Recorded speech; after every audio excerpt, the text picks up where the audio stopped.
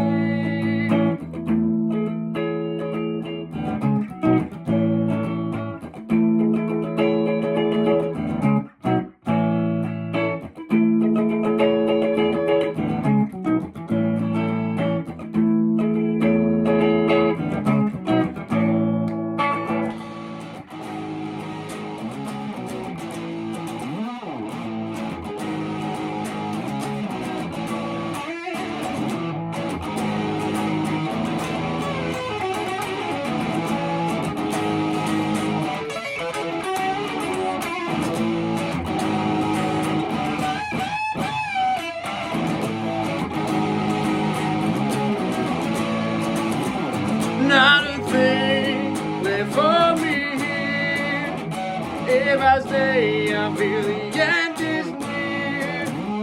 Wave goodbye, but don't follow me. Gonna set sail, get lost at sea.